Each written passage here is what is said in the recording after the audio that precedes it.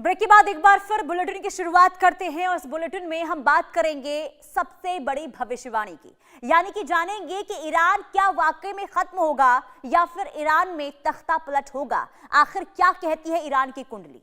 देखिए, ईरान क्या वाकई एक बड़े राजनीतिक भूचाल की तरफ बढ़ रहा है। सवाल बहुत बड़ा है, क्या ईरान खत्म होगा या फिर तख्ता पलट वहां पर होगा, और क्या अमेरिका के राष्ट्रपति डोनाल्ड ट्रंप को ईरान में अपना मीर जाफर मिल गया है। दरअसल देखिए, चर्चाएं तेज है कि अगर युद्ध विराम की कोशिशें सफल होती हैं तो अमेरिका वेनेजुला की तरह रिमोट कंट्रोल मॉडल अपनाने की रणनीति बना सकता है, जैसे कि निकोलस मादुरो के बाद वहां सत्ता समीकरण बदले वेनेजुला में, और उसी तर्ज पर ईरान में भी अंदरूनी नेतृत्व के जरिए नियंत्रण की अटकलें अब लगाई जा रही हैं। इसी कड़ी में एक नाम सबसे ज्यादा चर्चा में है, वो है मोहम्मद बाघेर घालीबाफ की, जो मौजूदा संसद के स्पीकर हैं। मजबूत सैन्य बैकग्राउंड इनका है और सत्ता के बेहद करीब ये माने जाने वाले गलीबाफ को एक संभावित माना जा रहा है, एक गेम चेंजर के तौर पर इन्हें देखा जा रहा है।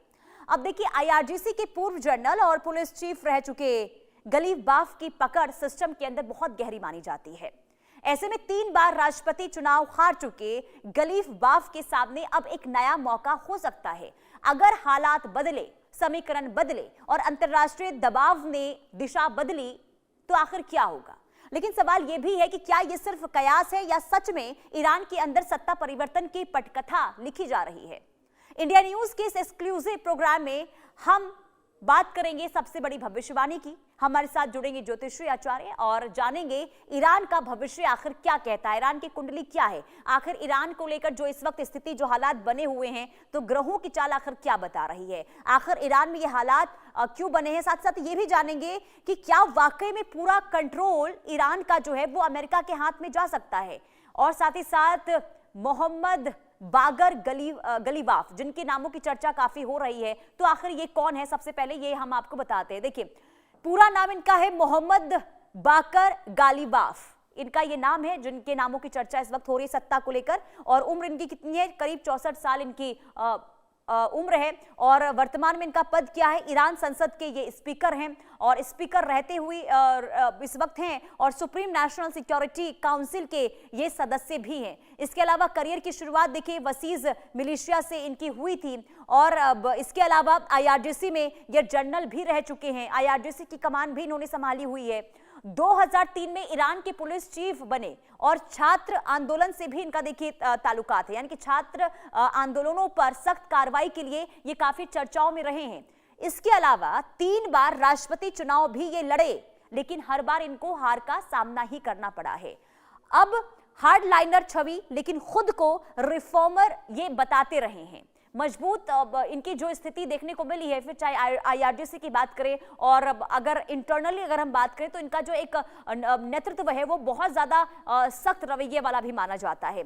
अब उससे पहले देखिए किसके हाथों में जाएगी ईरान की कमान, इस पर हम भविष्यवाणी जानेंगे, लेकिन उससे पहले ये 5 तस्वीरें आपको दिखा रहे हैं जो मौजूदा हालात बताती है इस वक्त मिडिल ईस्ट में क्या बनी हुई है। देखिए, इजराइल की बात करते तो इजराइल में लगातार ईरान की ओर से बमबारी जारी है, मिसाइलों के जरिए यहां पर लगातार हमले किया जा रहा है। तेहरान में इजराइल हमले कर रहा है और वहां पर जबरदस्त तबाही जो है देखने को मिल रही है। कुवैत में भी लगातार ईरान की ओर से हमले जारी हैं, लेबनान में, फिलिस्तीन में भी हमले लगातार हो रहे हैं, यानी कि उथल पुथल की स्थिति इस वक्त देखने को मिल रही है। हमारे साथ ज्योतिष आचार्य राकेश चतुर्वेदी जुड़ चुके हैं। बहुत स्वागत है इंडिया न्यूज पर आपका आचार्य राकेश जी। सबसे पहले तो देखिए सवाल यही होगा कि आखिर ईरान में जो इस वक्त उथल पुथल जो स्थिति हम देख रहे हैं बीते 26 दिनों से, आखिर अब आगे क्या होने वाला है, क्या है भविष्यवाणी ईरान की। पुनीता जी, सर्वप्रथम तो इंडिया न्यूज के इस मंच को मेरा प्रणाम और आपको भी वंदन है। नारी शक्ति के रूप में नवरात्रि का समय चल रहा है, आपको अनंत शुभकामनाएं। देखिए पुनीता जी, इस युद्ध के पहले से ही हम और आप शायद बहुत लंबे समय से चर्चा कर रहे हैं, इस जो है स्थिति पर नजरें गाड़ करके बैठे, ग्रही दृष्टिकोण से भी और सामान्य दृष्टिकोण से भी। ग्रही दृष्टिकोण से हम लोगों ने एक लंबे समय से चर्चा किया है, और मैंने बार बार बोला है कि 2 अप्रैल जो है वह बहुत महत्वपूर्ण तिथि है, क्योंकि जो है वहां पर मंगल राहु की युति समाप्त होगी, और उस प्रभाव में देखिए मैंने आपको कहा था कि धीरे धीरे कहीं ना कहीं अन्य राष्ट्र जो है इस पर जो है बिचौलिया की भूमिका में आएंगे, युद्ध विराम की, क्योंकि इससे जो है सिर्फ इजराइल और ईरान और अमेरिका नहीं प्रभावित हो रहा है। अमेरिका तो आर्थिक रूप से मजबूत हो रहा है, क्योंकि हथियार वहां सभी लोग खरीदे हैं। प्रभावित हो रहे हैं अन्य देश आर्थिक रूप से, और विशेष रूप से सुख सुविधाओं के, एनर्जी के लिहाज से सब सारे राष्ट्र जो है प्रभावित हो रहे हैं। तो ऐसी अवस्था में अब देखिए कि सारे राष्ट्र कहीं ना कहीं खुल करके अब बाहर निकल रहे हैं और समझौते की तरफ या युद्ध विराम की तरफ जो है अपना जो है इशारा कर रहे हैं। लेकिन 2 अप्रैल तक अभी जो है स्थिति नाजुक बनी रहेगी, किसी न किसी प्रकार से कुछ न कुछ जो है अभी पूर्ण रूप से विराम नहीं लगेगा, युद्ध जैसी स्थितियां बनी रहेंगी, अभी युद्ध बनी रहेगी। लेकिन 2 अप्रैल के बाद थोड़ा सा मध्यस्थता होने की वजह से शांति होती हुई, यानी एक अल्पकालिक जो है विराम लगता हुआ पुनीता जी दिखाई दे रहा है।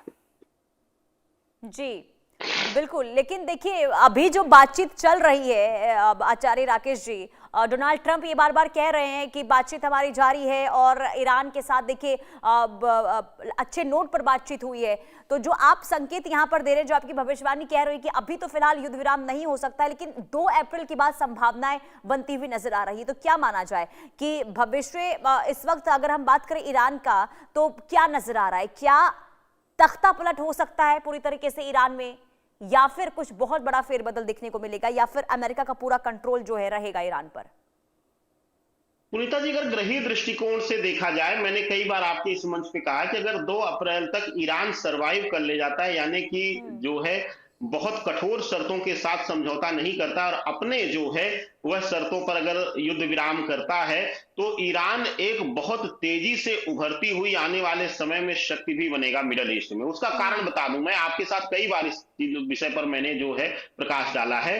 गुरु जो है मार्गी है और गुरु जो है अब उच्च राशि की तरफ गोचर करने वाले, साथ ही साथ अतिचारी अवस्था में है, और विशेष रूप से शुक्र उच्च राशि से नीचगत राशि में अब गोचर कर रहे हैं। तो ऐसी अवस्था में अगर देखा जाए, राहु की स्थिति, शनिवत राहु है, और साथ ही साथ विशेष रूप से जो है गुरु की अतिचारी अवस्था, यह दर्शाती है कि जो टिक जाएगा, जो बच जाएगा, अपनी जड़ को जो है बचा ले जाएगा, वह बहुत तेजी से फिर से पुनर्निर्माण करेगा, पुनरुत्थान करेगा। तो ईरान मुझे पूर्ण रूप से खत्म होता हुआ, या पूर्ण रूप से, सत्ता तो देखिए परिवर्तित हो ही चुकी है, खामनेई जो है कहा जा चुका है कि पूर्ण रूप से जो है कि उनकी जो है मृत्यु हो चुकी है। तो एक बहुत बड़े वहां के नेता का जो है सत्ता परिवर्तन तो हो ही सकता है। जब राजा बदल जाता है तो विचार और बहुत सारी नीतियां बदल जाती हैं। लेकिन साथ ही साथ मैं यह जरूर कहना चाहूंगा कि ईरान अपने मूल सिद्धांतों से पीछे नहीं हटेगा, अपने मूल से वह पीछे हटता हुआ मुझे किसी भी प्रकार से